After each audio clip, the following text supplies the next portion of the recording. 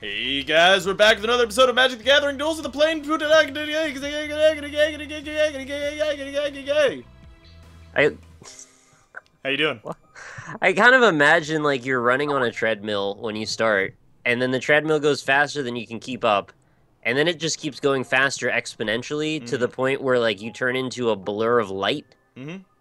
Yeah, no, that's roughly what just happened to me just now, actually. And the sounds that come out of your throat become a Mobius strip of like danger. Yeah, no, that's about right. That's what I think of when I think of you. Danger. Wow, I am the danger. That's what I tell my wife after she finds out that I've been cooking meth. Dude. I know. You shouldn't tell her that.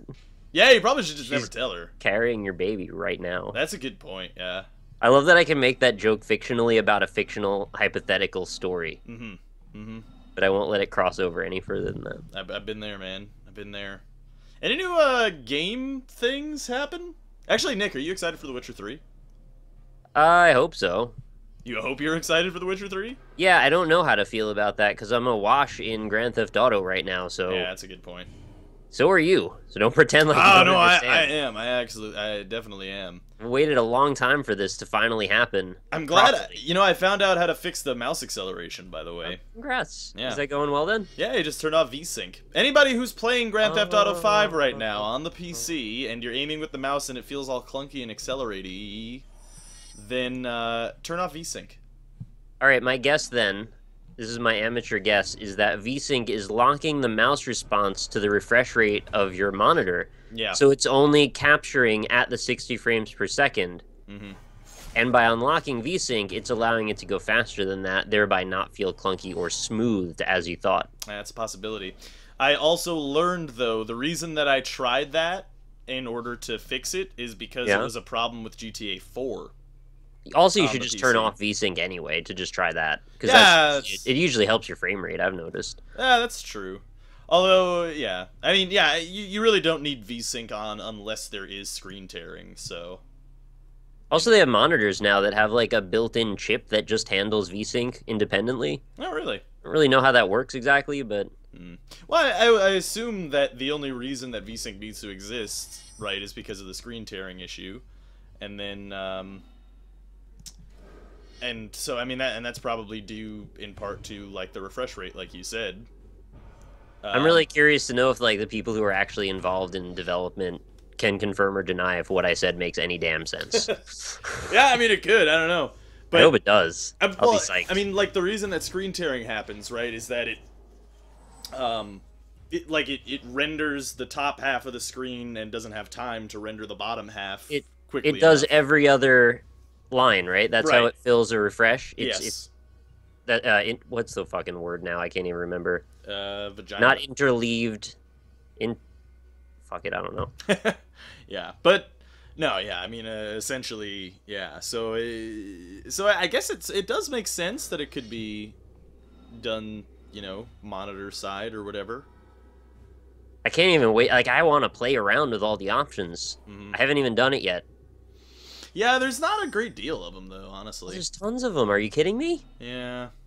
You are kidding me. See, there are tons of them. I was right. I'm kidding. There's tons of options. There's so many options. Yeah. There's, like, loads. I think very subtly, the way I accuse you of sounding a little like Cam at times? I'm starting to adopt some of the vocal mannerisms of Linda from Bob's Burgers. Do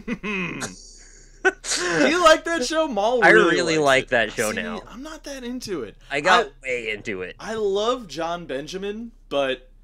Oh, I love John Benjamin. I don't know who that is, but I love him. He plays Bob. Yeah, I like that guy. Yeah, he's great. He also plays Archer. Okay, I haven't watched Archer. Archer's really good. I know I'm supposed to watch Archer. Yeah, no, Archer's a very good show, but yeah. Dead weight. You're gonna get rid of my gutter snipe. I hate that guy. He's just dick. He's not sniping any more gutters, apparently. He's dead. He's a dead man. What'd you just do? Oh, you reshuffled your graveyard. Big surprise. You'll never find out. My God. My God. But Northern Lion turned us down, by the way. Yeah, that smell. I asked him if he wanted to play Magic. Not terribly surprised by that one. Said he spent enough hours with you Jambronies today. See, we asked him. We didn't even wait for his response. We knew what it was gonna be. Yeah, that's true. We did not wait for his response, and it came after, and I was right. Yep.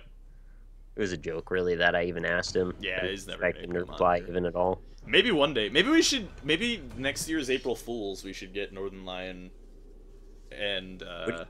You say it like we can get him. Or like, how did you gain life back? When did that happen? That's when I reshuffled my shit onto my library. I got 5 health for that. Oh, dude, that's rude. It's great. Yeah, I don't know what I was gonna say. I said something about something. Yeah. Yeah. Bottom, yeah. Bottom, yeah. What is this? Oh boy. So GTA 5 is like really good on PC. It is a very good port. Yeah, it's good. It's definitely the definitive version. There's like no reticence for me saying that at all. Yeah, no, definitely. What I will say though is that the UI needs a lot of work. Mm-hmm. Oh it's yeah, I agree. Really confusing. I couldn't figure out how to quit the game for like 5 minutes last night. Really? What it turned out was that I needed to actually hit home. The home key on my keyboard. Yeah, the home key, yeah. The quit option lives in the home key. Did you know that? Yeah, it's weird. The UI is a little bit strange kill that dude? in that game. Yeah, he's dead. Oh. Not only is the UI weird, but like also connecting to online is very confusing. And it's basically like 2 separate games that are merged together poorly. Yeah, it's their whole moving over between online and single player is bad. It's not good at all. But those might be the worst things we have to say about the game. Yeah, I mean, granted, I'm not that far in, so I don't know. I mean, maybe Grand Theft Auto. Yeah, Grand Theft Auto, I'm not that far in. I'm really not. I don't think you need to be very far in. I mean, you get the gist of the game.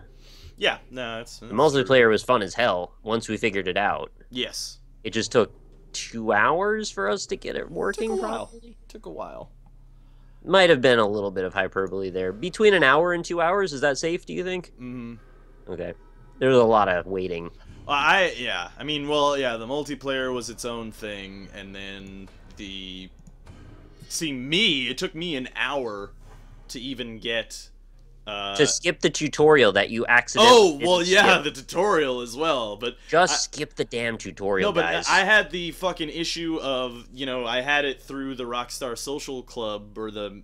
whatever. Right. Yeah, and they didn't have the fucking bull hockey patch ready to go, because they decided to have day one fucking patch of 300 megabytes on the thing. That wasn't an issue for me. That was just for you. Yeah. Yeah. I had a mostly pretty smooth experience, aside from the client that because it's not through Steam for me. Well, it wasn't for a lot of people. You can get it directly through Rockstar Social Club, which acts like DRM. Yes. Or you can get it through Steam, who also goes through Rockstar Social Club and just adds an extra layer of annoying to the whole process. Yeah. In fact, the Steam portion of my life, apparently you download the preload, the 60 gig preload. And what that leads to is, why did that guy get a counter? Don't worry about it. Way to get a counter. You're thinking he already had it. He already had the counter. Okay. Something like that. Yeah. That was just the undying counter. I get it. But anyway, yeah. So, dicks. All right. Well, I was gonna say before you went on that story that didn't go anywhere. I was gonna say that when I was downloading it from the Rockstar Social Club, it was very frequently just like forgetting I was downloading it, and then it would just kind of stop for a long time. Mm-hmm. I didn't like that because I wanted to actually download the whole thing. Yeah. Not download the whole thing. That was the whole point. You understand? I do understand. Target creature can't block this turn. But I love blocking. Wait a minute, what is this all about? What? Oh, was I the target creature? Oh no, there we go. Yeah, I made the 4/4. He can't block. I guess I'll just kill that. Yeah, I could do that. But, yeah, Rockstar Games Social Club can suck a dick. I had to download the patch through Mega in order to... I've heard about that. Get it, yeah. Which is a bit frustrating. But I did it. So, not that big of a deal. And you're the only one underneath the sun who didn't get it. That's true. Have I told you my experience that I had with Mortal Kombat X today? No, I heard that was a disaster, though. It was pretty funny. Yeah? So apparently the entire multiplayer world for that game on PC isn't a thing. Like, it's just dead. Oh, okay. So there's no multiplayer. Maybe it's fixed by this point. I mean, I don't know when the hell this episode's going up, but probably fixed by this point. I started the game up, and it's got a very unique way of installing. It's got actually a streaming process to it, where it will download itself only about a gig or so. So you get the game, you're like, oh shit, I can play the game already. And then you launch it, and it's like, wait a minute. There's like no characters in the game, and like nothing works properly. So you start a game, you try to play it, and what happened for me was the game just crashed. Which is, you know, great sign of quality that I come to expect from all things that I do now. Yeah. So you win. Yeah, Fuck this GG. game. Yeah.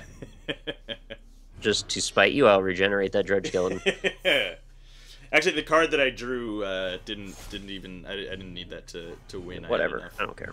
Yeah. So so it crashed. I went to the desktop, and then I realized at that point that I hadn't actually installed the game yet. Oh. I only installed. Oh, that's right. The That's first the whole package of the 29 packages that make up Mortal Kombat X. Mm. So once I got back to the desktop, it was like, all right, let's grab like another 500 megs. Then now that that's done, let's grab like a gig. Let's grab 3 gigs, 5 gigs, 400 megs, 20 gigs, 10 gigs. It just kept going for 29 different chunks. And that, I assume, when you're done with all those chunks, is what allows you to play the video game at the base of this whole thing. Let's also keep in mind that this is a game that you can buy fucking fatalities for $1 or $5. Wait, you're fucking joking. Let me explain. They're not just straight up buying fatalities, you're buying the ability to do them easily. So if you want to show off, you can spend $5 and you can get 30 opportunities to hit one button and do a fatality on someone online and feel like a pro gamer MLG 360 no scope 420 blaze it. How does that make you feel, Rob? I'm not kidding. You're not kidding. Not kidding. That's not a joke. When I found out about this information, I said, "Oh, that's a really funny parody that you made of Mortal Kombat." But no, not parody. Are you fucking kidding me? Also, 4 of the characters are locked away behind a $30 paywall. So, Are you kidding me? I'm just gonna let this sink in for a second. Oh, here it comes. Get ready. I am never purchasing that game. Not even if it's on sale for $1. Fuck NetherRealm. For real? Like, Well, you mean fuck Warner Brothers? well, I guess so. Because I think they're the ones pressuring them to do. I don't know. I can't say Are that. you fucking kidding me? Look it up. So one of my complaints with the last Mortal Kombat was like, oh, you know, this is great. I like how they simplified the fighting game to be a little bit more casual focused. I like that. I appreciate that. I'm not super into like the really in-depth hardcore combos of fighting games. Yeah. You know, it's daunting to me, and It I feels don't. good. The mechanics are very good. Yeah, and I don't derive a lot of enjoyment from it. And I like doing the fatalities. Obviously, everybody loves doing the fatalities. Fatalities are great. You know, a classic staple of Mortal Kombat. And but one of my complaints was like, man, I really do wish they had simplified that a bit so that it would be a little bit easier to do the fatalities for someone who likes to casually play. They have. So they heard that complaint. That was probably a complaint that they heard a lot, and they were like, yeah, you know, we have simplified the game a bit. Maybe it would be good to let a lot of people see all this content. And then they realize, oh, wait a second, we're hearing this complaint even more than we expected to hear this complaint. Why don't we sell it? Right. And at that point, they can take both of my middle fingers and stick them right in their beeholes. Every member of the dev team and the producers at Warner Brothers, they can all just take my middle finger right up their beeholes. That's fucked. Are you kidding me? You're gonna. Hey, here's better game. That's like, you know, that's honestly, that's straight up. segues there. That was Dude, great. you know what? You remember that game DLC Quest that made fun Yeah, of I think Ben Kane made that. Yeah. Well, DLC Quest. In case you guys don't know, DLC Quest makes fun of DLC, and basically the dystopian future of DLC in video games, in which like you can't go left. You have to go left to complete an objective, but you can't go left. You have to buy the ability to go left. This is buying the fucking ability to go left. Hey, here's an esoteric and difficult and obscure game design decision that we made to have fatalities, but you can just skip it for an objectively better system where you get to see your fatalities for fun. Just buy it instead. Fuck you, NetherRealm. Like, seriously. That's... I mean, I'm not even... More. I give them a pass on the whole launch, like, the launch. Do you want me to tell you the rest of it? Yeah, please, go for it, yeah. I'm ready to get more into Okay, well, so, you may have even heard me talking about this prior, but, like, the game came out at $60 normally, or there's, like, the $89.99 version, or there's, like, the $149 version. I think there was, like, a $250 version. I forget all the numbers, but I think it went over 200 for the highest one that came with the Gold Scorpion. Many of those had different configurations of, like, costumes. Many of them came with extra characters, but I don't know which. All of it is really fragmented and confusing. The thing that really, really pisses me off, though, is that at the core of the whole thing, the game is probably really fun. Yeah. So they can't just coast on the goodwill of knowing, hey, we love Mortal Kombat, as I do. I'm a big fan of that series. I've played every damn one of them, including the shitty ones on Xbox. Well, I guess they weren't all shitty, but like Mortal Kombat Armageddon had so many fucking characters. I was so into that. But yeah, that's goodwill that you're going to lose now. You're trading for an immediate monetary gain versus loss of goodwill. Just flowing like a damn river right out. It's 4 characters on launch day. Day 1 DLC for $30. That's nearly... Oh my god. You know what? I've defended Day 1 DLC from time to time, even on this show. Right, because the team has to fucking wait for the thing to get pressed. I know. And especially if it's cosmetic stuff, because it's like, okay, I get it. You know, the art team hasn't been doing anything for months. You know, sure, let them do something. You know, make something to come in. But this is those are characters that they had to design and balance and make. So they made that for the release. And then they sold it on day 1. That is the definition of why people are upset about day 1 DLC. Also, it's not like the roster was bigger than 9. It's smaller. They took characters out. And then resold them. Like, I can't tell you which ones they are because I only got to look at the game for like 5 seconds, but the roster's way smaller than 9. Oh, that's fantastic. In its place, though, you do have 3 different revolving gameplay styles for each character, so it's kind of like you've got 3, like, sub-characters for each one, if that makes sense. All right. I don't know if you remember, but, like, in MK4, there was a button you could hit to, like, switch to melee, like, to weapon mode. Right, yeah, it's kind of like that, only 3 of them. Actually, what was it? Mortal Kombat, the last reboot, had that. Oh, okay. What was that? Just I don't know. The original Xbox version. Deception? I think there was another one. I don't know. It's one of those. Similar concept. That's pretty cool. But I don't know. It all kind of is superseded by their shitty business ideas. Not to mention all the costumes you can buy. You know, there's probably hundreds of dollars worth of purchases you can make for that game. Not to mention their aggressively anti-YouTube policies, which I'm not sure how those apply today. Yeah, I'm curious about that, because Warner Brothers has been notorious for not one of the worst. They're like maybe worse than Nintendo. They are really, really bad on it, yeah. Which is a little bit saddening. So I feel like I have to defend why I even bought this game. It's because I got a discount on it, and I'm a really big Mortal Kombat fan. Yeah, that sucks that they've exploited your brand loyalty. They got away with it. They got my money. Yeah. I'm not happy about it, really, but I mean, I still haven't played the game. Maybe I'll have fun with it, but, like, goddamn, this is, like, one of the worst that I've ever seen. Man, that's terrible.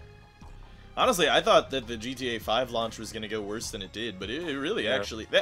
honestly, despite the fact that I couldn't play the game that I purchased for, like, an hour, and also, like... all this, and I had to download the patch online and stuff.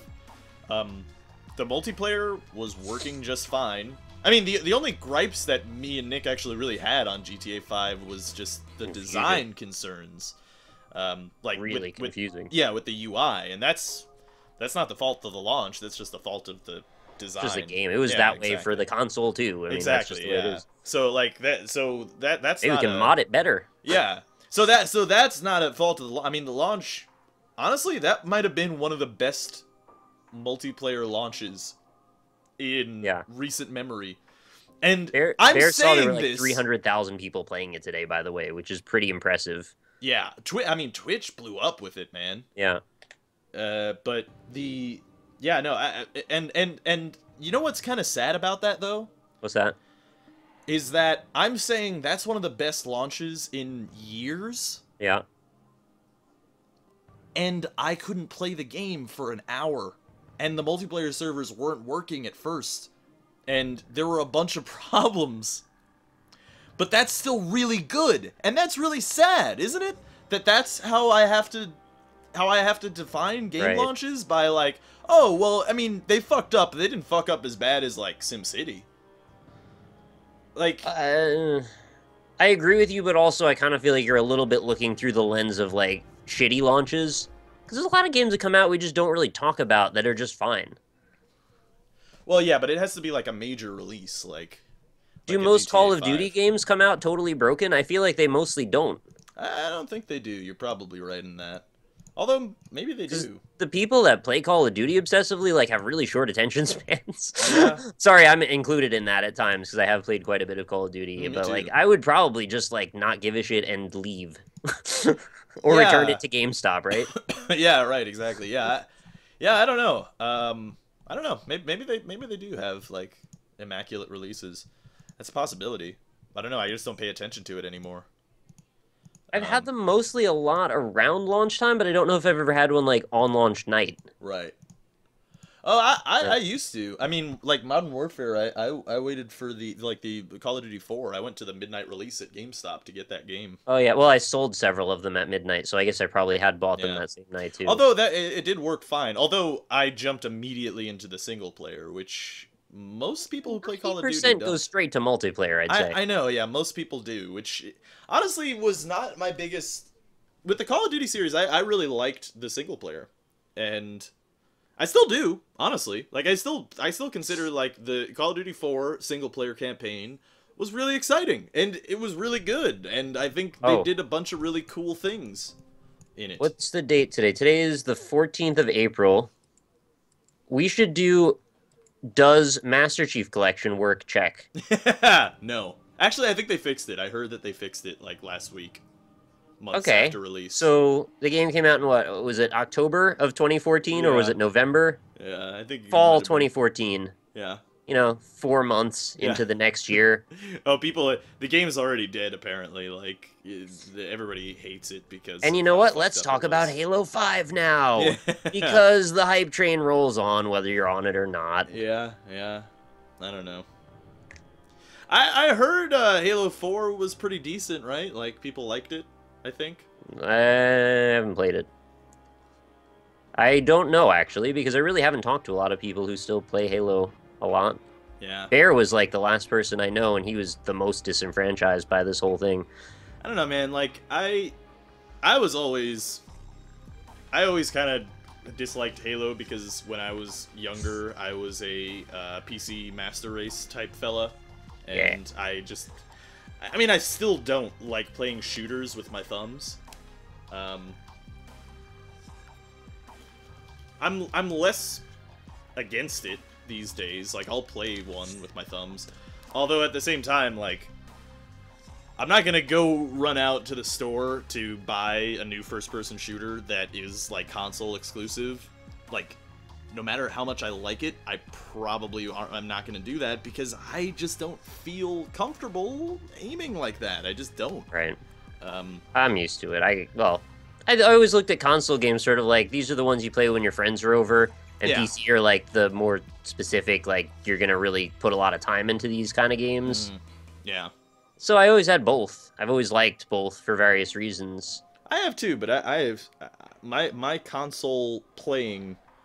I don't think I've legitimately sat down and played a game on a console in several years, honestly. It's been a long time. I think the last one I did was Dark Souls 2. Like, played through the whole game. Right. Well, that's fine, because you should be playing that with a gamepad anyway. I mean, some games are just better with a gamepad, and some games are just better with a mouse and keyboard. And it is somewhat controversial for me to suggest that, honestly, first-person shooters are designed for mouse and keyboard. They just are. But, you know, a lot of people don't feel that way, so just my humble opinion. I don't know why that's even controversial. It's just a preference. Yeah, it is. But then there are people like Austin who will suggest that, like, oh yeah, I'm more accurate with with my thumb. Like, I could totally beat PC players with a mouse and keyboard. All right, try it. Is there a game where you could try that? Well, see, that's the thing. Is the reason that there's not is because there have been 3 games that I can remember that I don't remember. I can't. Any Call of Duty game, just plug a 360 controller in it; it'll work. Yeah, and try playing on PC. That's what I mean. Fucking wrecked. Well, see, that's the thing, is there have been first-person shooters recently that have tried. Oh, you know what? One that comes to mind, PlanetSide 2. PlanetSide 2 tried to do it. I'm remembering, like, 3 games, but I don't remember exactly which ones they are, in recent memory, that it decided that they would try to do, like, cross-platform support. Okay. You know, allow PC players to fight against console players. And with PlanetSide 2 specifically, they said, you know, they were looking at the data on it and stuff, and they were really trying to get the cross-platform working.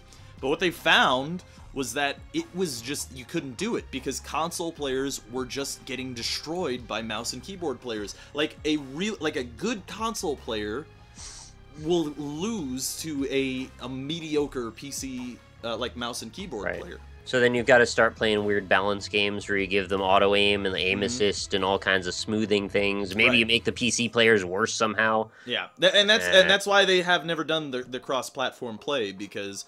Oh, and Counter-Strike too. Counter-Strike did the same thing. They tried Global Offensive. They tried to do cross-platform with Global Offensive, and they found the same thing. Like they couldn't do it. Like the mouse and keyboard players were just destroying the console players, and they couldn't do anything about it. Like you can't really, like, what are you gonna do? You're gonna, like, the only thing you could do is like nerf the ability to play from mouse and keyboard players, and you just you can't do that. That's shitty. Okay. So yeah, I mean, so it is, I will say that it is objectively easier to play a first-person shooter with a mouse and keyboard, right? Like you will if you have equivalent skills on both the console and the mouse and keyboard, you'll be more accurate with the mouse and keyboard just naturally. Just because you're aiming with your wrist, not your thumb, and your wrist has, like, more degrees of control than your thumb does. I mean, it's just, you know, math, man. But the, I don't know if that's true, but okay. but you know, that said, am I suggesting that, like, a professional Halo player on like like a professional Halo player that plays you know, console Halo and is on a team and fucking wrecks faces all the time would have trouble against a mediocre keyboard and mouse player? Probably not. I'm sure that they could do it. I'm sure that they would have an easy time taking out a mediocre mouse and keyboard player. But if you match that up against a pro mouse and keyboard player, he would destroy him.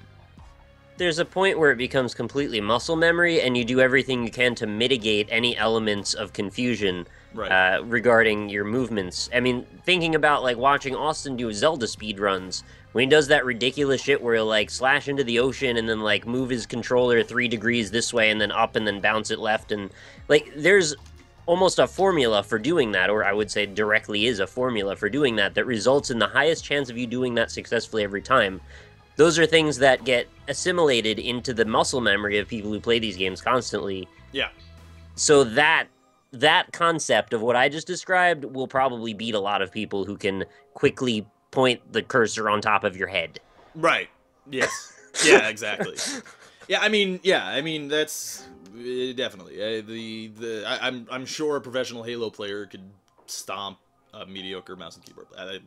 There's no doubt in my mind. We're gonna have a lot of would happen. arguing about this in the comments. That's is it. what I know. mean, if you turn off aim assist on some of these things, maybe not.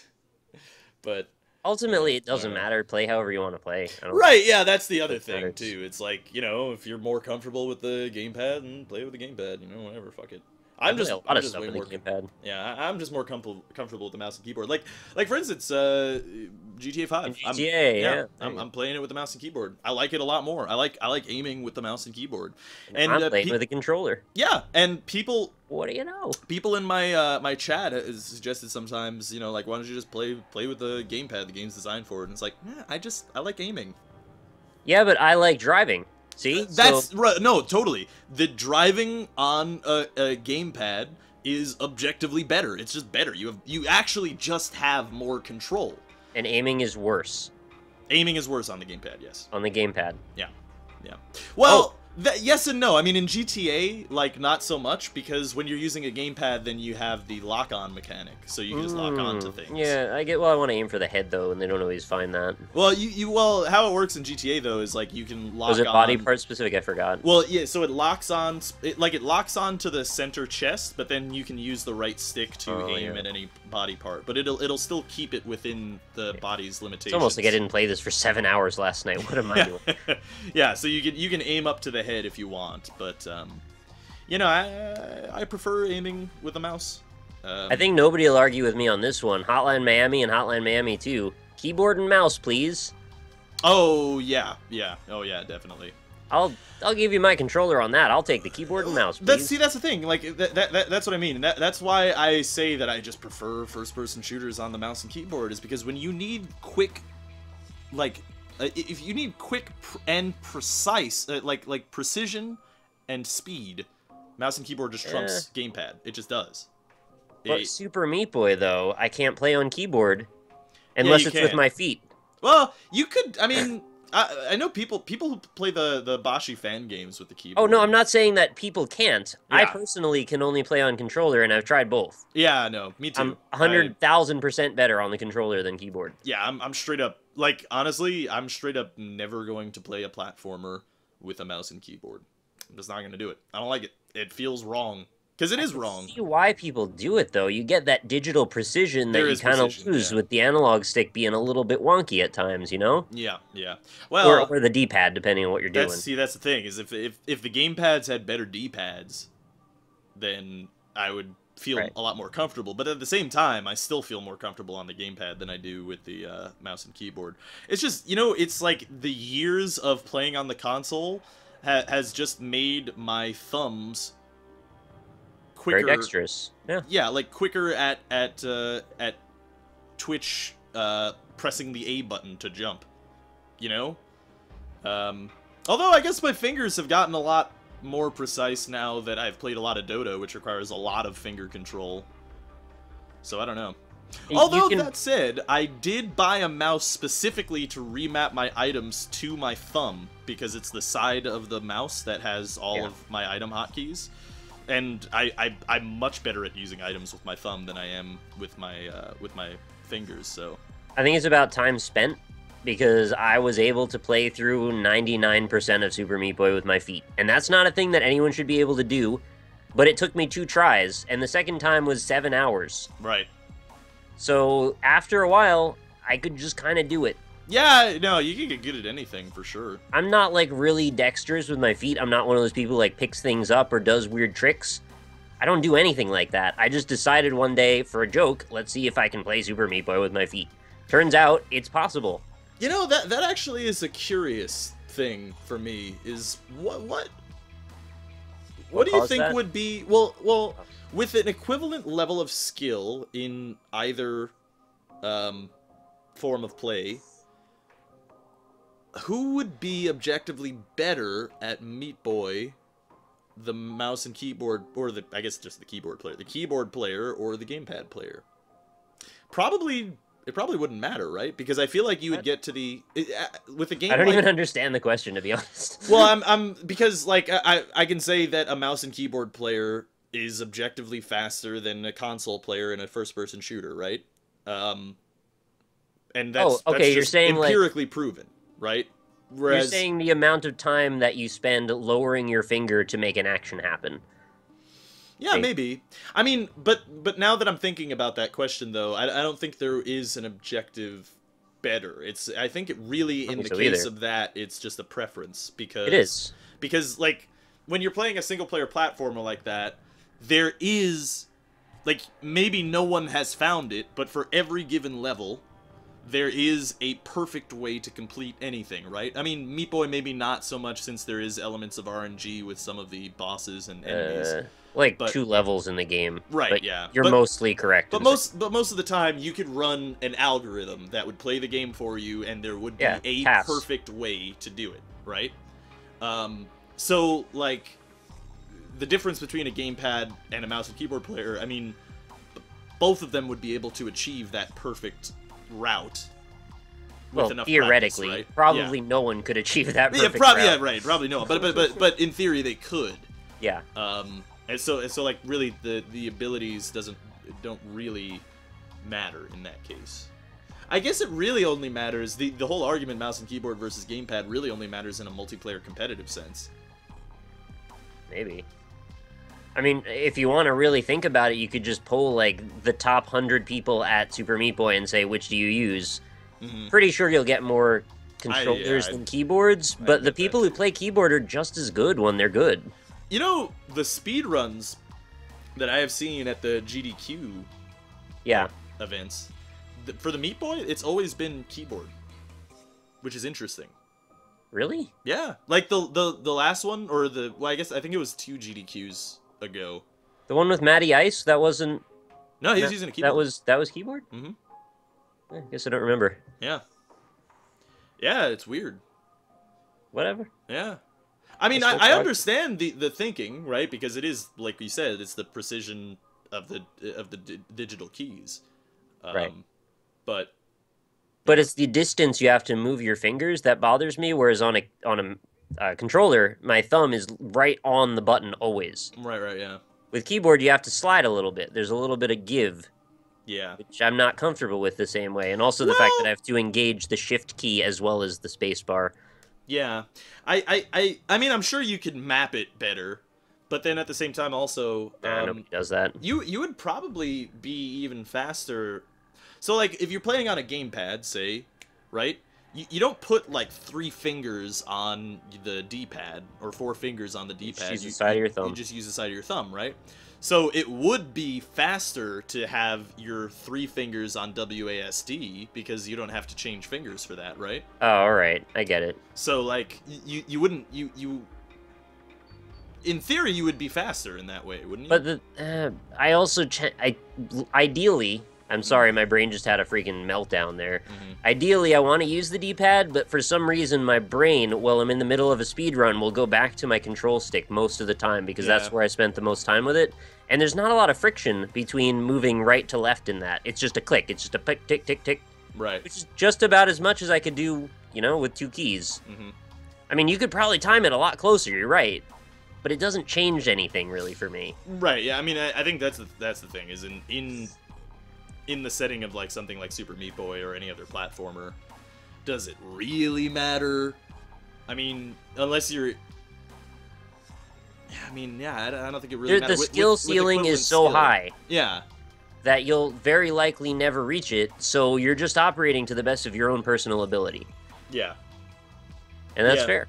Yeah. That's why it's a preference. Hey, did you know they announced a new Guitar Hero today? Did they? I don't give a fuck. It's called Guitar Hero Live. Alright. And it's coming out this fall. Alright. You know when else? Another game is coming out this fall. It's called Rock Band 4. Oh, God. So Rock Band and Guitar Hero are back in competition again. I hope you're excited about that. How did this happen? New revelation, though. The Guitar Hero Live controller is going to be a set of 3 buttons times 2. So you'll be able to do these sort of pseudo chords. How do you feel about that? How are they mapped? Are they mapped vertically? They're next to each other. So 2 rows of 3.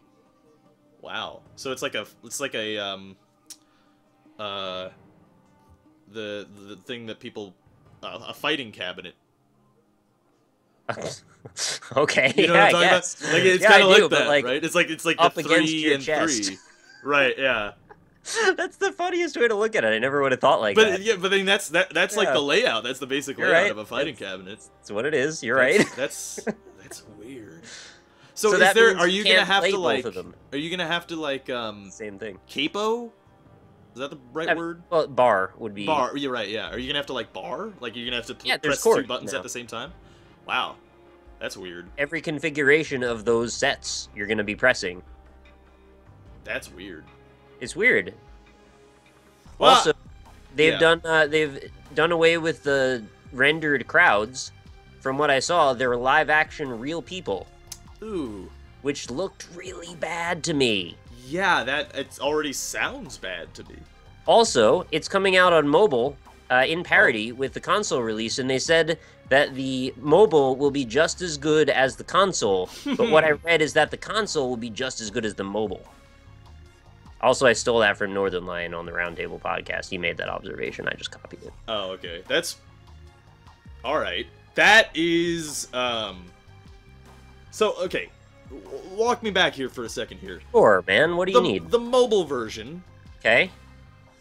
How's that going to control Fuck exactly? if I know. Yeah, because Bluetooth?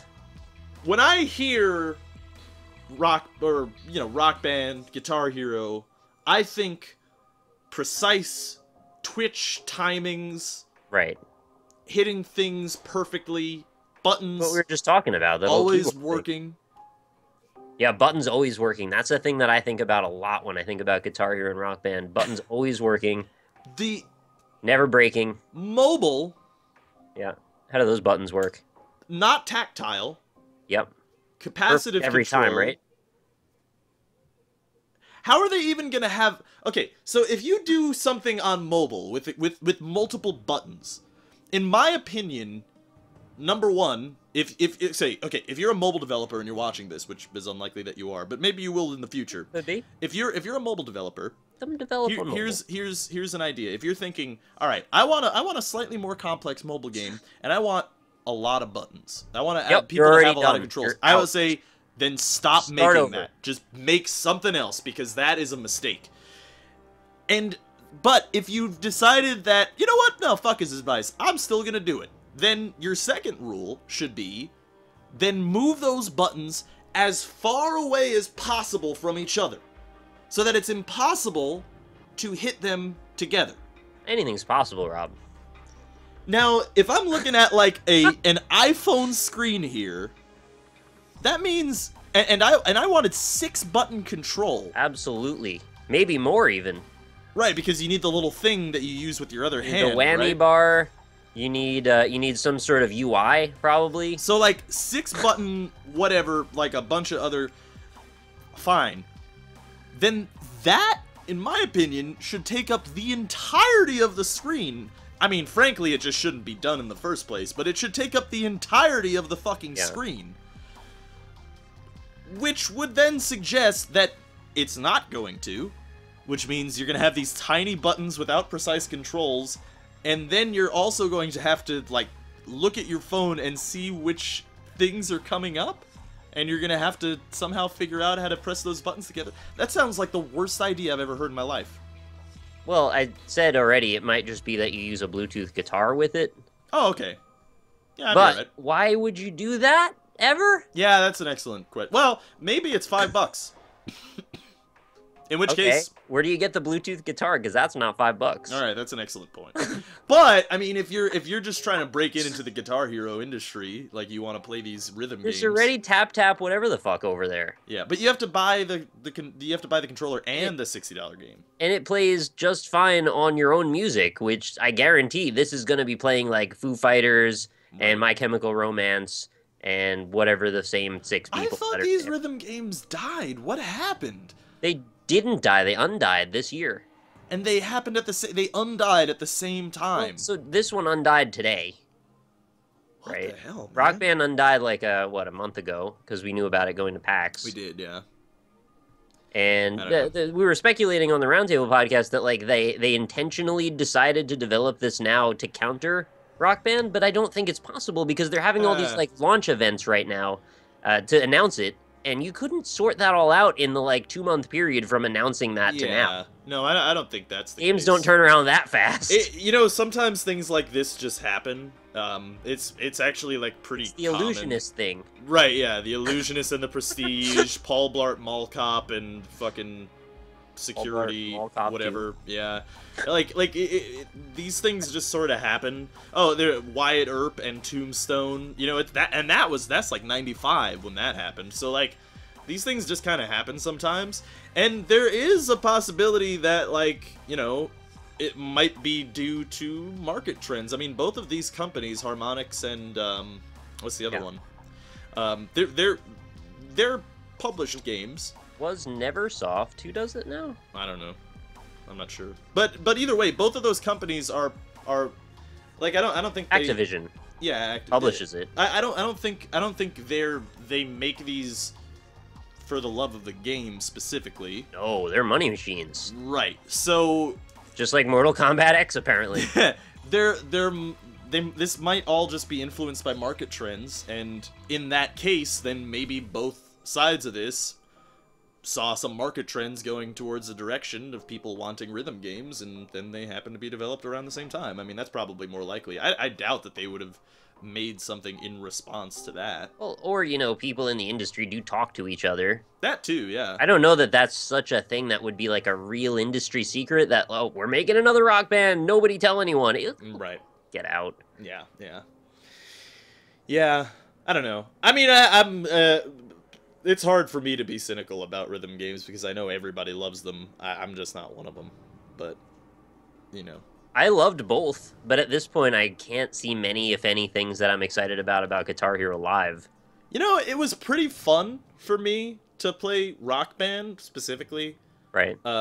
You know, drunk with my friends at 2 a.m. when we came back from a party or something. It's a good time to do it. I'm not going out and getting drunk at parties anymore because I'm an old hermit now. Right. But you can do it online. You can get drunk and play with your friends online. Yeah, but then I also just don't want to. Yep. I'd rather just play something else.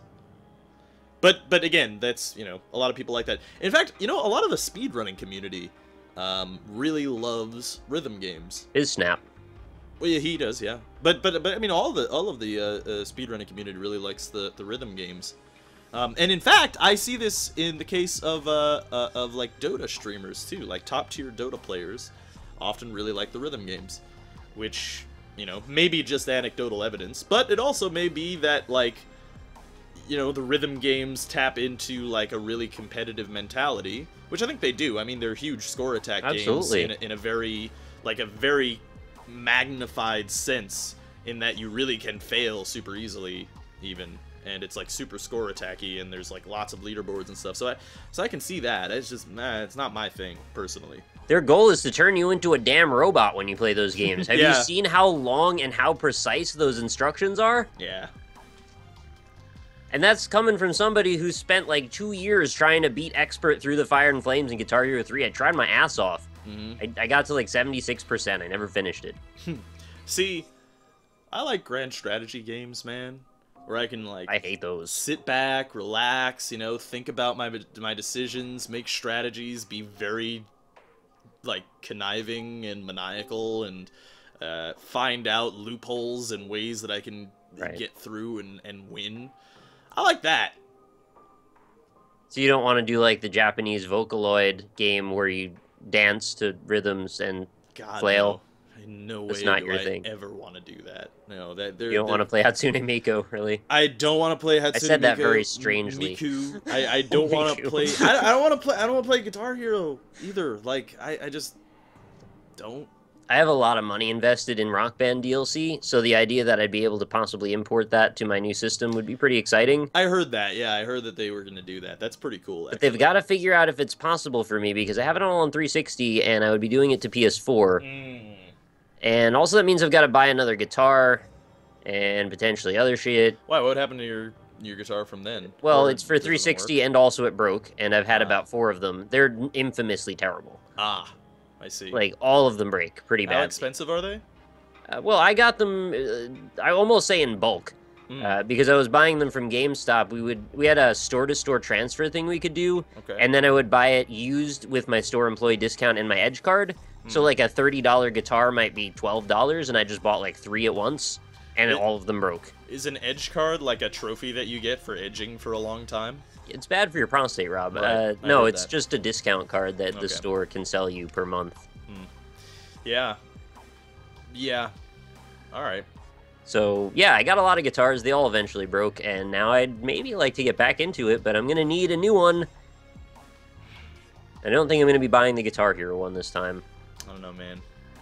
I'm just not into those. I don't even know if it's the whole band this time, or if it's just guitar. From the screenshots, it looks like they took all the colors out of it, too. There's no, like, colors on the Note Highway. They're all silver. See, I was always, whenever we played Rock Band, I was always the guy on the mic. That's All right. what I played. And even the mic wasn't that fun, though. Because, yeah, because the mic was intrinsically broken. Yeah, like, it didn't really catch your tone properly. And so, like, you'd have to, like, sing really weird. It didn't catch your words. It caught only the notes.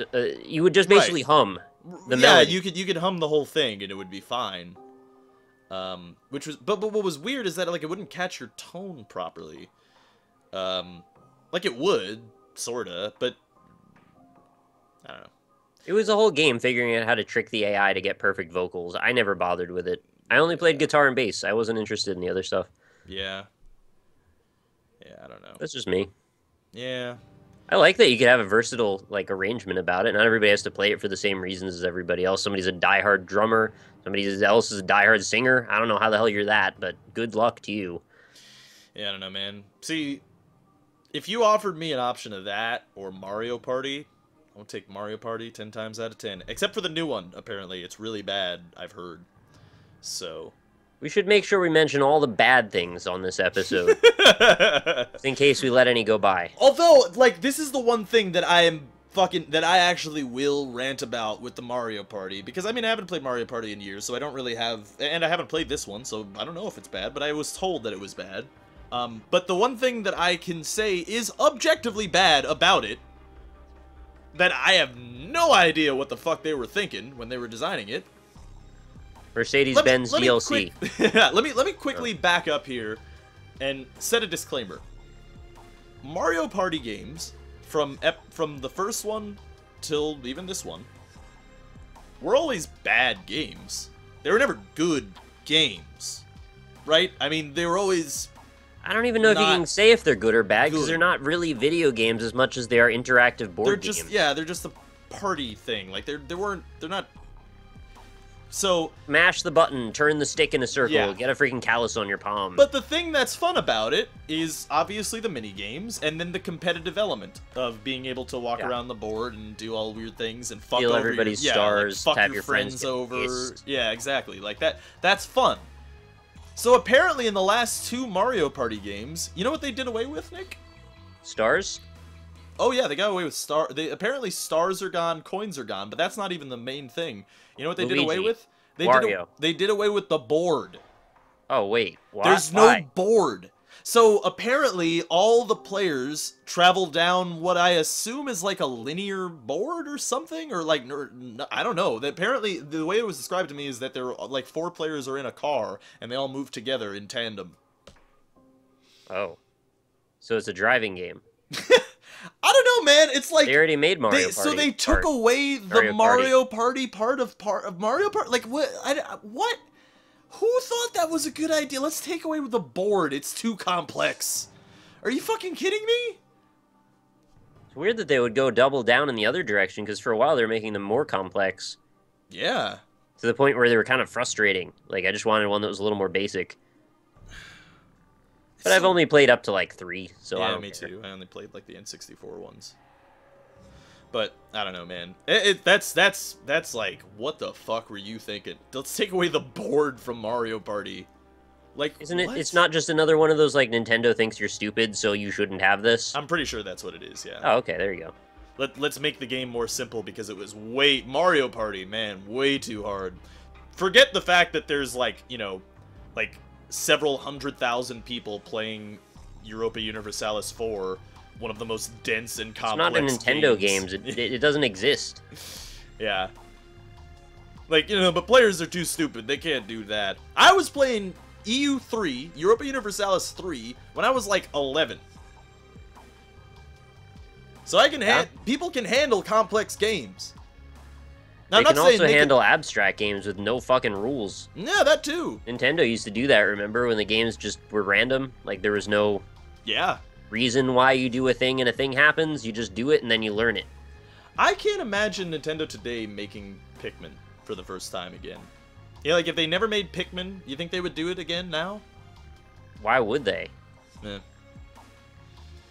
Because, like, Pikmin was such an... Man, that, like, was really fucking cool. Like, it was like, you know, Miyamoto comes out, hasn't made a new IP in a long time, and says, you know what, fuck it, I'm gonna fuck around with what people expect video games on a console should be. People said you can't do RTS on the console, fuck you, here you go. Have a RTS on the console. With permadeath, with failure, on a 20-hour campaign. Let's be honest, though, the controls were kind of bad. Well, yeah, I mean... Like, I couldn't see what I was doing a lot of the time, and I lost a lot of Pikmin to reasons that were just fucking frustrating. Still love the game, though. Well, but the thing about it, though, is that the game rewarded efficiency, and so, like the game rewarded efficiency, so the thing is, it didn't really matter if you lost Pikmin in a shitty way. Like, it didn't really punish you for losing a lot of Pikmin. So when you go into that, like, boss fight area and the big fucking flabby frog just stomps your whole crew... Yeah, that sucks. That happens. Yeah. And now you don't have a crew. Well, yeah. But usually by that, when you're fighting giant, like, flying frog dude, you usually have, like, a backup of, like, 500 Pikmin. 2? Well, okay, well, but then you shouldn't have been fighting that boss at that point. Hell yeah, I should have. I just made a bad move. Do you already... I mean, you had to have the blue Pikmin to even go into that fight, right? Of course I had to have the blue Pikmin. I don't know, man. I feel like you might have got ahead of the grain Rob, there. I really don't remember Pikmin very well. I'm trying to level with you here, and you're making this hard on me. I'm just saying, I'm pretty sure if you were fighting that as, like, your second level, then you definitely shot too high. You're Icarus right now on the wax wings.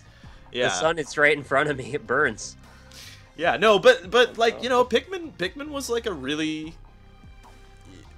was a really novel concept, and it was, I mean, honestly, like, how the fuck would you define Pikmin in a genre? Even now, like, what would you define Pikmin as, genre-wise? I think it's sandbox RTS. Yeah, and then if you say that to a person, would they hear those words and think like, oh, I can imagine a game whose mechanics are similar to Pikmin? I don't think so. I think the art style makes it difficult for you to see similarities with other games, but also rarely do you micromanage units that are literally just small fighting other small things. Yeah. I don't know. It's just, it makes it hard to conceptualize for some reason. I mean, it's a real-time strategy game with like, with management elements, and like it's just there's not really a great definition for the genre of Pikmin, and that's fucking cool. Like, that's really fucking cool. Like, that's something that I wish we had more of today from the major game developers, you know, like a Nintendo or, I don't know, a Sony or something. I don't care. Like, something that isn't something else. Something that is their own thing. And, yeah, I know there's only so many that you could really make, and innovation is dead and all that, and people... Oh. Blah, blah, blah. What about a Bloodborne, but instead of lanterns, they're bonfires? Yeah, that's some real innovation, Nick. I'm sorry. That was a low blow. I love Bloodborne. I shouldn't have done that. Bloodborne's real good, actually. From what I've seen. I haven't played that either, but... I played a lot. Yeah. I like it. I mean, can't wait for the loading patch to come out, though. I've seen a lot, and I've played the Souls games, and I know I'd like it, so... yeah. It's fast. It's a lot faster. It does seem, yeah. It's cool. Like, the combat's more frenetic, and it has... I mean, and it's still just a Souls game at its heart, and that's cool. I made the joke just because, like, they really just changed a couple of things, just changed the names of them. I know, I told you, right? Like, it straight up is just... Which, again, then goes back to the question of, like, why not just put Souls on the title? Like, yeah, we talked about that. Yeah, and we already went over the reasons why they would or wouldn't do that, but and we solved the problem and figured it out conclusively. That's what we do here. Exactly. Go find the episode where we did that. Objectively, there's no opinions involved, and it was completely empirically proven. But science backs it. Yeah, scientists hate him. Bloodborne. When do you get to meet Bloodborne in Bloodborne? He's in level 3, which needs a lot of work. Oh, I get you, yeah. You gotta polish up level 3 a lot. Right. How many bananas do you need to collect to unlock the door to meet 69. Bloodborne? 69 bananas to unlock Bloodborne. Okay, that's fair. Pretty weird. Yeah. Yeah. No, I don't know. I don't know. That's what I mean. It's like, a risk like Pikmin, I just don't see... Frankly, I don't see any company besides an indie game developer making. You know? It's kind of sad. Nintendo wants you to not find out about new ideas, though. They hate new ideas. But they used to not. I mean, shit, they, like, invented genres, man. But now they're scared of genres. Yeah. Yeah. Like, the words that I'm saying aren't even the words I intend to say, they're just variables that represent other words. I don't mean they're afraid of genres. I think they're afraid of experimentation. They are. They're... Yeah. But Splatoon! Oh, you're right. See, that's the thing, right? Like, Fuck off. Okay, I guess you could go and say Splatoon is similar to Pikmin in that way, in that, like, hey, here's a genre, let's change it up a bit. But it's not changed up in such a dramatic fashion as Pikmin changed things up. You know what I mean? Like Pikmin, I call it an RTS because there's honestly no better genre definition for it. How is it not an RTS? I mean, it is, but, like, when you hear RTS, you're not thinking Pikmin. You're not thinking controlling one character who's controlling lots of characters. You think StarCraft, Supreme Commander, Total Annihilation, you know, Command and Conquer. Any game where you play as a necromancer is basically that. Yeah, how many games are those? You have Stub the Zombie or whatever, right? And that was sort of a Pikmin-like. And that's it. Like, what else you got? Come on, that's not true. What else you got? What else is like I might not know Pikmin? examples off the top of my head, but there's definitely games where you control a bunch of units and send them places to do your bidding. I don't think so. Oh my god. There's, like...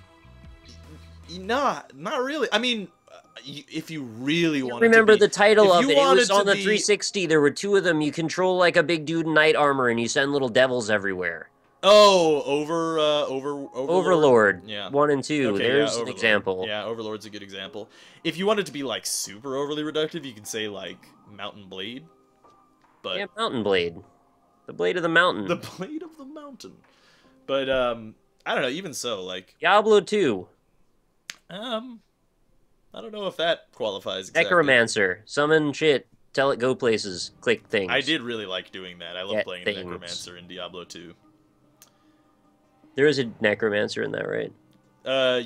Well, was it a... Yeah, I think it was a say no, and then it'll be hilarious that you just said that. No, I don't know if he was called Necromancer, though, now that I'm thinking about it. What he's called if he summons little gremlins out of the ground. Yeah, no, but I think he was a Lord of Destruction guy. Well, the Lord of Destruction, they added Paladin and maybe the Necromancer? Berserker? Or is that 3? No. I don't yeah, the standard warrior became like a tough berserker guy. What did they... hold on. Okay, Google. What did they add in Lord of Destruction? Oh, God. Okay, Diablo 2. I don't care, Robert. Oh, actually, I'm totally fucking wrong. They added the Assassin and the Druid. You should know about the Druid. Druid's pretty cool. Yeah, Druid's sweet. I'm sure that people that are in better state to remember things right now could probably come up with a list of 50 games where you could control minions that do things for you. Yeah, I'm sure. But did that happen before or after Pikmin? That's the real question. Probably both. I don't know. A little bit of both. I mean, yeah, like I was saying before, you know, nothing is entirely your own. Like, everything has elements of other things. Humans have existed for like 100,000 years. If you've thought of something, you're not the first person to think of it. I don't think that's true. I've thought of combinations of words no one's ever said before. Right, but 99% of the time, when you like, you've done, like, you're not the most creative person in the world. Something's already, everything takes elements of other things. But, I don't know, Pikmin, to me, is like, when they made that was in a time in which it was already very much like today, where people were just ripping off each other and making the same kind of games, and Pikmin stood out as, like, wow, this is... I didn't get that feeling from that time period. Something interesting. I mean, it was... I was awash in weird PS2 games at that point, and I was enjoying it a lot. I was too, but I mean, it was starting to go in that direction, the way that it is today, where it's just like, hey, we made a reboot of a franchise that we rebooted like a year ago, then we're gonna reboot it again. What did they do that with? I don't know, Tomb Raider. That's like 2008. Tomb Raider? The reboots? No, I mean, they did many, but, like, the big time of reboots was, like, when the Prince of Persia happened, as well as Tomb Raider. Oh, God, yeah, the Prince of Persia. The Angel of Darkness was the first Tomb Raider reboot. That was on PS2, but I'm gonna say that wasn't a very big deal to most people. Yeah. No, I'm just saying, like, you know, like, a lot of these games that are coming out are just the same shit over and over again today. AAA-wise.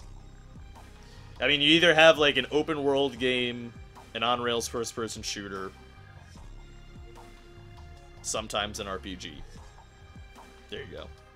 That's, like, all the AAA releases for me. As far as my cynical mind can see, that's what I see for AAA releases. Alright. And that's sad to me, man. I liked when Nintendo was inventing genres.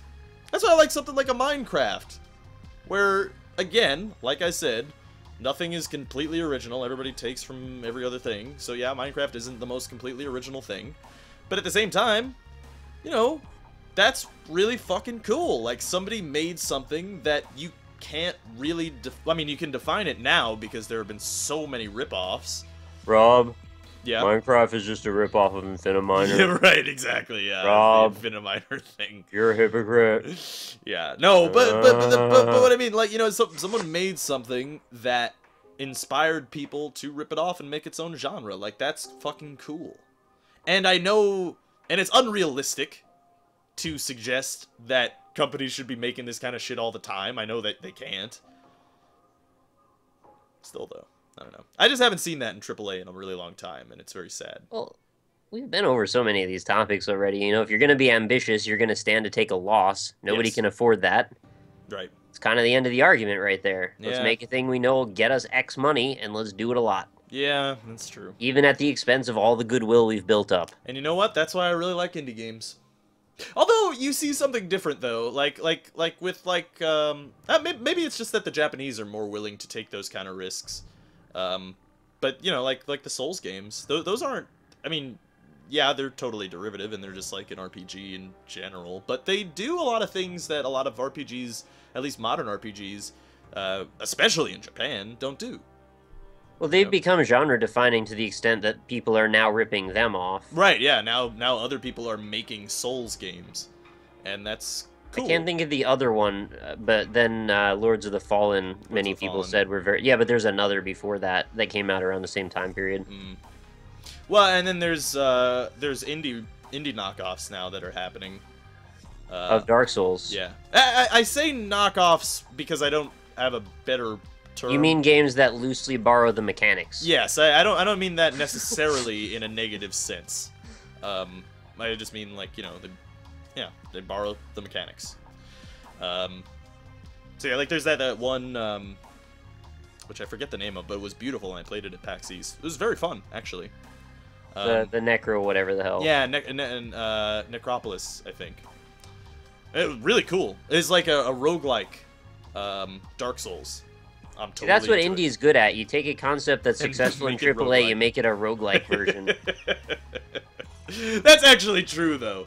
Like, that's if you wanted to be cynical about the indie games market, then just say the word roguelike. And Or you're good. roguelite, or roguelike. I Yeah. don't know what we're supposed to call them, but, you know, games with random maps and shit. Yeah, I call things roguelite a lot of the time. Implying they're not an ASCII-based game inspired by the game Rogue. Right. Yeah. That's where we're making that distinction. Because for me, I don't care. I'll I just say don't roguelike. either. Like, that's the thing, is like, I don't really care about the definition, because when I say roguelike, then you know what I mean. Right? Yeah, like that's you, what like, words are meant to do. right, exactly. And that's why the whole distinction with like indie and non-indie, like, it doesn't fucking matter, because when I say the word indie, you know what to expect.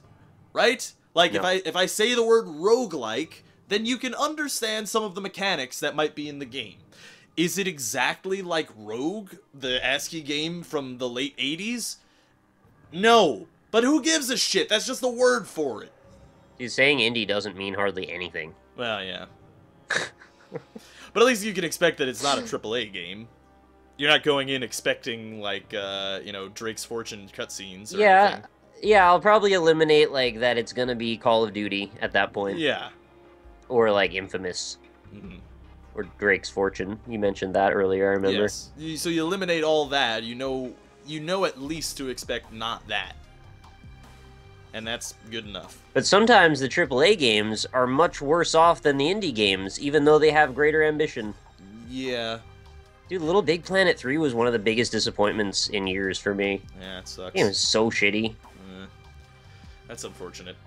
I mean, it wasn't made by Media Molecule, so I should have, like, known that ahead of time, but... Oh, yeah, that'll do it. God damn it. Don't offload that fucking franchise. It was so good. When was the last, what's that game company making? Do you mean a game company called That Game Company? Yes. Oh, okay, I don't know. I'm sure they're working on something. Thought that was your way of asking me what Media Molecule's working on. No, I know. And you know what? This very snippet of our conversation that we just had is the exact reason why they named their company that. Great. But anyway. Thanks for that inefficiency, That Game Company. I appreciate it. Yeah, but because I bring them up because they're the indie developer that develops games that, like, the only indie games that AAA, like, people even pay attention to are their games. For some reason. I don't know why. Actually. I thought the Behemoth also has a lot of followings in AAA circles. Probably, but they're not getting any awards for them. Right. Like, that's what I mean. Like if you go to, like, if you watch any of those shitty video game awards that happen at the end of years from various sources, they always, like, best indie is always from, like, That Game Company and, like, maybe one other thing that you haven't heard of. Like, they don't actually look at indie games. They found their niche. Or, like, editorial as well. Like, IGN is never going to talk about a fucking indie. Maybe now they will. Now they will. Yeah, they might now, but for a long time, they were just too good for that. I feel like 60% of publication has realized if they don't open a Let's Play channel and start talking a lot about weird indie games, they're not going to be successful. Yeah, probably. And even so, they probably still won't be. And Yeah. they're going to be mad about it, but sorry. Yeah, fuck them. They're just a bunch of dickbags. Wow. I don't like editorial, man. I don't like them. Because they're so entitled, man. They feel like they're rock stars. And it's like, dude, you're just a fucking nerd like everybody else who likes video games. Relax. But they have to hold on to the nerddom where they used to be able to get all the review games at launch before they happen, and then they write about them and celebrate. Sometimes we don't get that. Yeah. That's okay. It's annoying, man. Anyway, this has been a overly cynical video on my end. Fragmented, too. Yeah. All over the damn place. I don't know what else I wanted to talk about. I was looking at Rock Paper Shotgun. Rock Paper Shotgun, by the way, editorial I fucking love. That's like the only game news website that I read. And you know what? They talk about indie games a lot. They talk a lot about indie games. And they talk about AAA, too. They just talk about, like, games that look pretty cool. You know what's great is they get most of their shit that they talk about from the same sites that I made my review videos for Indie Impressions. Yeah, that's funny. And yeah, Well, they're not. They're not. Oh shit! There's more stuff about Fortnite. Oh, dude, that's cool. Dude, I'm kind of into the idea of Fortnite. Can we just like not do that? But anyway, there was this this article about this game called Sovereignty: Crown of Kings. Looks kind of cool. It looks like an indie grand strategy game, which means you're gonna love it. Haughty title. Yeah, haughty Kudarati. Are any grand strategy games not indie? Oh, I guess Civilization. Well, that's not grand strategy. That's 4X. Fuck. Yeah, 4X is different from grand strategy. How many X's does grand strategy have? 5? Well, there are some grand strategies that have elements of both. So it goes pornography, maps. What? I don't know if there's a 5X game. I don't think it exists. What do the X's mean? Well, okay, so the term 4X was coined by, I think, a writer trying to define civilization back in the day, and the 4X's are, like, exploitation, exploration. Exploration, yeah, right, yeah. Let me Exoneration. Yeah, exoneration. Exmilitation. Excellent adventures. Okay, here we go. Explore, expand, exploit, and exterminate. It's like the credo of Survivor. Yeah, Yep. exactly, yeah. It was first coined by Alan Emmerich in his September 1993 preview of Master of Orion. Yeah, I love Alan Emmerich. Yeah. Followed him nowhere. Yeah. So Alan Emmerich... Sorry, Alan. I wonder what... Threw you under the bus on that one. Alan Emmerich does now. Oh, wait a second! Until April 2002, Emmerich was a lead designer of Master of Orion 3, which attempted to add a 5th X, experience, to the genre. Then he left the developer Quicksilver Software for reasons neither party wished to explain. I think it was that X that he couldn't handle. It was probably that. It was the experience. The experience of X. Experience doesn't mean anything in 4X. Like, the 4X's of 4X actually... It actually is rather descriptive as to what you're going to be doing in the game. Experience is like... And also extreme! 6 X's! Like, it doesn't mean anything. I never want to talk about the X's again. You didn't love 2005's Vin Diesel's magnum opus Triple X?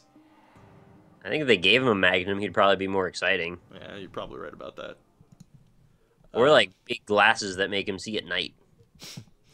But yeah, 4X games, yeah. 4X games are great. I like 4X games. I just wish they were... Never mind. I'm not going to say that. I was going to say, I just wish they were more in-depth. And it's like... Oh my god. Yeah, I know. And it's like, you know what? That's a stupid thing to say because those are some of the most complex and deep games that exist on the market. I just want more, and I am in like a tiny contingent niche of people that want a more complex game than your traditional 4X game. You should just break down the combat log of Pillars of Eternity for the next 25 years. Yeah. That's all you need to do. Although, but really though, like I would love to see a game seamlessly integrate the elements of grand strategy and 4X. To a major degree. That would be so awesome. I would love that a lot. Maybe XCOM 2 will, and they'll add a 7th X. How many X's were we up to? We were at 6, because we had Experience and Extreme. Yeah, but XCOM 2, so that's 2 X's. So it's actually, wow, yeah. XCOM yeah, 7X game. Yeah, it's a... Yeah, right, there you go. Well, no, it would be an 8X game. XXXXXXXXCOM. Wow, that's crazy. That would be a crazy Extraterrestrial. game. I really hope that they're making XCOM 2, because I fucking loved XCOM. That was really good. Well, let's be honest. You didn't love the original XCOM. You loved the new XCOM. No, yeah. Enemy Unknown is what I mean. Yeah. I like the original X. I've gone back and played it, and I like it. But I like Enemy Unknown more, honestly. Which is weird, because that one... Because Enemy Unknown is a simplified version. Right, you just wish it had more depth. Actually, I don't. I think XCOM Enemy Unknown is like almost... Well, actually, okay. No, I'm a liar. Because I do wish it had more depth in only one element. I think everything else is like perfectly balanced as to how much work I want to put in to achieve, to get my catharsis. More Of variability killing to things. all of it. Yes, I want the ability to replay a campaign, because right now in XCOM Enemy Unknown, when you play through one campaign, you don't really need to play through it a second time, because there are linear story missions that occur throughout that progress the story, and those are cool, but you really only need to see them once, and then... Then they added DLC that makes you see them again, and also more, which is Well, the wrong way to do that. No, honestly, I think Enemy Within was a step in the right direction, because what they did is they gave you a choice in your tech path, which I like. But it's the same story. Yeah, it's the same story. Which That's what I don't like. Well, no, but I mean, did you play through Enemy Within? No. Okay, you should have, because... But I know most of it about it. The skeleton of it, yes, is the same story, but they added in different elements. Like, the terror missions are different, they're more difficult, and there are a couple that are, like, really fucked up. And then on top of that, they added another... You're not just fighting aliens in Enemy Within, you're also fighting a human organization, and so you have to encounter those boring. It is, though. Yes and no. I don't give a shit about humans. I want to hunt aliens. The whole point. No, I agree, but they also they'll steal your money and they'll fuck your shit that's up. Even more annoying. Yeah, and then there's also steal your money. People can attack your base, which is pretty cool. Oh, that's just a callback to the original. Yeah, exactly. But there were so many alien types in the original, and this one is like 5, 6. No, there's a few, but a couple of them are skin swaps, so yeah. But the way they react, though, is pretty drastically different. I can't think of the... There's not the one that just walks up and eats you, right? That just doesn't exist. Oh, yeah, no, they have chrysalids. No, that's not the one I mean. Well, there's also the Berserker, who does a similar thing to chrysalids. Like, he'll just run into you and, like, explode stuff. Yeah, he'll charge into you and fuck you up. And if there's a car within 20 miles of you, you will die by it. Yeah. But then you have all the chrysalids too that jump on people and surround them. They actually have their own unique AI where they will specifically surround a person so that he can't move, and then they'll attack him and turn him into a zombie. I'm talking about these creepy dudes. They'll walk around. They're like kind of humanoid looking, but then they're like big heavy gorilla kind of things. They'll just walk up and eat your whole body in one move. Oh, okay. Well, they sort of have that then in Enemy Within, because those kind of things exist. Oh. And then there's the Sectopod in Enemy Within too. Those are pretty cool. Wait, I forgot what that looks like. There's cyber discs, and then there's... Well, you didn't see the Sectopod because... No, I probably did. Well, that's an Enemy Within, though. Yeah, but I remember hearing the name before, and I don't remember what they look like. It's just a mechanized version of a... Yeah, I totally saw that. Yeah. So yeah, Sectopods, and then cyber discs, and the flying Those are from drones. Doctor Who. Actually, those are from XCOM. Those are old. Those are from Doctor Who. Yeah, but yeah, no. Enemy Unknown, I think, really did a very good job of. There's only 2 things that I would change about Enemy Unknown that would make it more fun for me. Well, okay, maybe 3 things. 3 things that I would change about Enemy Unknown. All right, top 10, top 3, go. Yeah, only 3 though. Okay. Make the story a little bit less linear. Give me a little bit more player autonomy. Especially in the choice of my missions and stuff. No, that's just one thing. Give me a little bit more player autonomy in my story. I'd like that. You know, being able to tackle the story in my own way is what I would like. It's number 2. Yeah, and number 2, I would like a less linear tech path, because it was straight up just a linear tech path in Enemy Unknown, and that was really cool in Enemy Within that they made it a little bit divergent.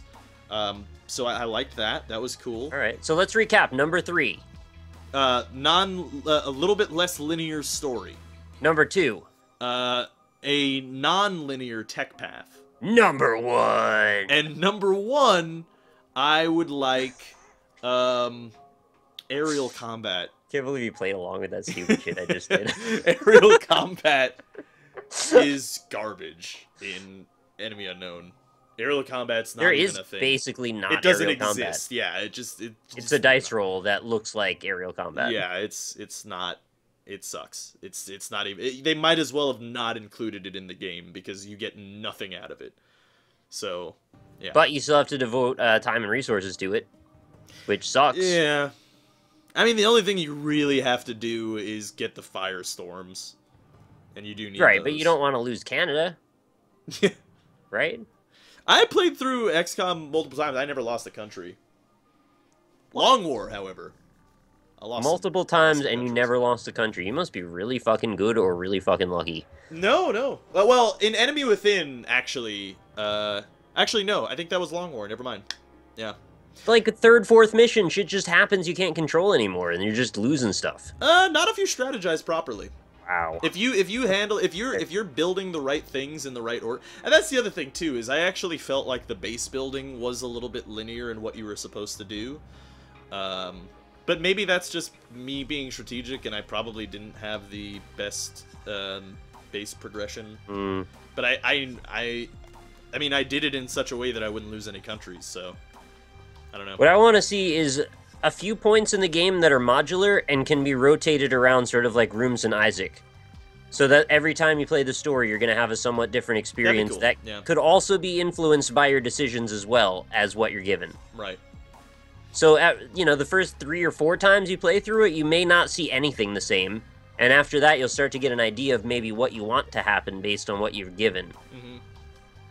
Yeah, I like that. There you go. You've played the game 4 times. This one, you played it once. Right. Yeah, exactly. I agree. I think the story was lacking, and then the tech path was lacking, and the aerial combat The didn't first exist. time, it was fantastic. The second time, there's, like, no reason. There's basically no reason to play the game. Honestly, if the tech path, like, you don't even have to fix the story if you fix the tech path, because if you fix the tech path, then you already have created replayability, because there's probably a bunch of things that you didn't get to do on your first playthrough that you want to try out, you know? Tech path's not good enough for me. I want to actually see different results. I It agree. should be both. I would love both, but if I had to pick between both, actually, I would rather do story over tech path, because I found the story interesting enough that I'd be interested in seeing more. I might agree. You don't even know, like, there could be different alien invasions like there were in the original XCOM, different groups of aliens. Yeah, that'd be cool. And you may see stuff completely different with different strategies. Yeah, that would be cool. Give them modular AI, too, so maybe you meet the chrysalids and they don't act the way you expect them to. Mm-hmm. Yeah. Another option. More options in the combat, I wouldn't mind either. Like, not just, like, I liked that they gave you the option of having those little robots that shoot people for you, because those are actually really cool. Like, I didn't want to do them at first, and then I tried them out, and turns out they're super OP. Oh, also, you can't rename those. Come on, man. Let me rename those. Give me a break. Yeah, rookie mistake. Like, seriously, you know that that's a staple of XCOM, is being able to rename things and have a sentimental attachment to them. I don't want it to be called Lightning 1 and Lightning 2. I don't give a fuck. I want to rename it like Big Dog or... or Desert Dog. Yeah, Desert Dog. Junkyard Cat. See, Desert like, Dog. I would rename those things, and it would be awesome, and I would feel sad if I lost them. And I want that experience. But it's a robot, so, like, how sad would you really feel? I wouldn't be as sad as one of my soldiers, but still. But I would like some other things, like, you know, like vehicle stuff. That would be pretty cool. Like, have some Fizzle Beef, you could name him that. Like the in Xenonauts, I think you have the ability to roll some vehicles that your soldiers can ride in. They have different abilities. That would be pretty cool. I'd like that. I'd be into that idea. Yeah. You know, this sounds really dumb to say maybe, but I kind of like the idea that maybe you pick the wrong tech tree for what ends up happening strategy-wise in the game. Yeah, that'd be cool. Like, you go really heavy into, like, and for example, like, you notice a lot of aliens at the beginning have, like, this flamethrower ability or something. So you go into, like, heat armor to resist that. And then you find out at the end, having heat armor is the worst idea you could ever have, because that means you're now completely vulnerable to their overlord who shoots a fucking laser beam at you. Although maybe an ice beam makes more sense in that case. Yeah, especially if you could reward the player for reconning properly, because you actually do unlock things that allow you to recon in Enemy Unknown, but it's like I think it's actually story walled, so you only have access to it after a story, and it's not really a strategy, like, and it doesn't really it's matter. Just progression unlocks. Yeah, because you don't really change up your strategy based on what you see on the mission, and that would be really cool actually if there was some, like, you know, you reward a player that decides to plan ahead and do recon on what aliens are there, and then know which type of armor or weapons are effective against these guys, or squad squad composition. Do you mean autopsies? No. Oh, so okay. like, You mean something else then? yeah. Once you get to a certain point in the story, I think when you get the thing that can see the spaceship or something like that. Okay. Then when you go into a mission, it'll say, all right, there are 6 mutons here, 1 ethereal, one okay. like 5 sectoids or something like that. And it's like, yeah, that's cool, but it doesn't really affect how I'm going to play. I'm still gonna go in with my A team and fuck shit up. Whereas it would Well, be, if it's an pretty easy cool if it was mission, you know that you could pick your shitty team. Yeah, that too. Yeah. So that does help a little. It did do that. I do send the B team on easier missions a lot of the time, but usually they tell you beforehand too whether it's easy or hard. Yeah. So like it's not, the differences aren't, me knowing specifically what aliens are there doesn't really affect my strategic decision making. So it would be cool if there was a little bit more strategery in the strategic element. And then, yeah, and then the plane stuff. The plane is just shitty. Like, did you ever play Xenonauts, Nick? No. The plane stuff is really cool in Xenonauts, actually. I wouldn't know. How it works is it's like an RTS. You always scramble, like, 2 fighters to attack a UFO. And you control them like an RTS, sort of. Except it's, like, real time with the ability to pause. And they move towards their target. You decide which guns they will use, if they're going to use missiles or their cannons. And if you take out the alien craft with missiles, then it's less likely that there'll be a crash site that you can go recover artifacts. If you take it out with guns, then there's a higher chance that it'll crash, and you can send in your ground team to pick up gear and stuff like that. And also, depending on where you can, there's a little bit that you can play with over when your interceptors hit the enemy aircraft.